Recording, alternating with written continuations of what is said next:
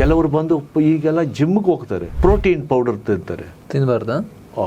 No, ನಾರ್ಮಲಲ್ಲಿ ನಮ್ಮ ಊಟದಲ್ಲಿ ಇಲ್ಲದೆ ಪ್ರೋಟೀನ್ಸ್ ಬೇರೆ ಎಲ್ಲಿ ಸಿಗುತ್ತದೆ ನಿಮ್ಗೆ ಹೇಳಿ? ಅವಶ್ಯಕತೆ ಇಲ್ಲ, ಬೇಕಾಗಿಲ್ಲ. ಮಿಲ್ಕ್ ಪ್ರೋಟೀನ್ಸ್ ಬೇಕಾಗಿಲ್ಲ. ಮೊಟ್ಟೆಯಲ್ಲಿರೋದು ಪ್ರೋಟೀನ್ಸ್ ದ ಬೆಸ್ಟ್ ಪ್ರೋಟೀನ್ ಅಲ್ವಾ? ಹಾಲು, ಮೊಟ್ಟೆ. ನೀವು ಮೊಟ್ಟೆಯಲ್ಲಿರೋದು ಪ್ರೋಟೀನ್ಸ್ ತಿಂದರೆ 95% ಅಬ್ಸಾರ್ಬ್ ಆಗುತ್ತದೆ.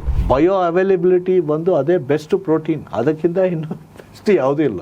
ನೀವು ಇದೆಲ್ಲ ಮಾಂಸ ತಿನ್ನೋದ್ರಿಂದ ಮೊಟ್ಟೆಯಲ್ಲಿ ಇರೋದು protein the best form of protein. ಅದನ್ನು ಬಿಟ್ಬಿಟ್ಟಿಗೆ ಪ್ರೋಟೀನ್ ಪೌಡರ್ಸ್ ಎಲ್ಲ ಅದು that is also insult for the kidney. But ಈಗ ಜಿಮ್ ಮಾಡೋರೆಲ್ಲ ಸುಮಾರೆಲ್ಲ ಹೋಗಿ ಆಚೆ ಕಡೆ ಇದೆಲ್ಲ ತಗೊಂಡು ಇದು ಮಾಡಿ ಜಿಮ್ ಮಾಡೋರು ಮತ್ತೆ ಸ್ಪೋರ್ಟ್ಸ್ ನ್ಯೂಟ್ರಿಷನ್ ಅಲ್ಲೆಲ್ಲ ತಗೊಳ್ಳೇಬೇಕು ಅಂತ ಕೊಡ್ತಾರಲ್ವಾ? ಅದು ಸರಿ ಇಲ್ಲ, ಅದೆಲ್ಲ ಮಾಡಬಾರ್ದು. ಈಗ ಯಾಕಂದ್ರೆ ಈಗ ನೋಡಿ, ಸೈಂಟಿಫಿಕ್ ವರ್ಲ್ಡ್ ಮತ್ತು ಮೆಡಿಕಲ್ ವರ್ಲ್ಡ್ ಸ್ವಲ್ಪ ಡಿವೈಡೆಡ್ ಅನ್ಸುತ್ತೆ.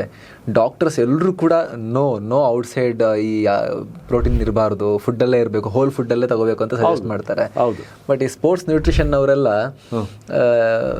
ಫುಡ್ಡಲ್ಲಿ ಅಷ್ಟು ಕವರ್ ಆಗಲ್ಲ, per kg body weight 1-1.5 gram ಆದರೂ ಪ್ರೋಟೀನ್ ಬೇಕು ಅಂತ ಹೇಳ್ತಾರೆ. ಜನಕ್ಕೆ ಫುಲ್ ಕನ್ಫ್ಯೂಷನ್ ಈ ವಿಚಾರದಲ್ಲಿ.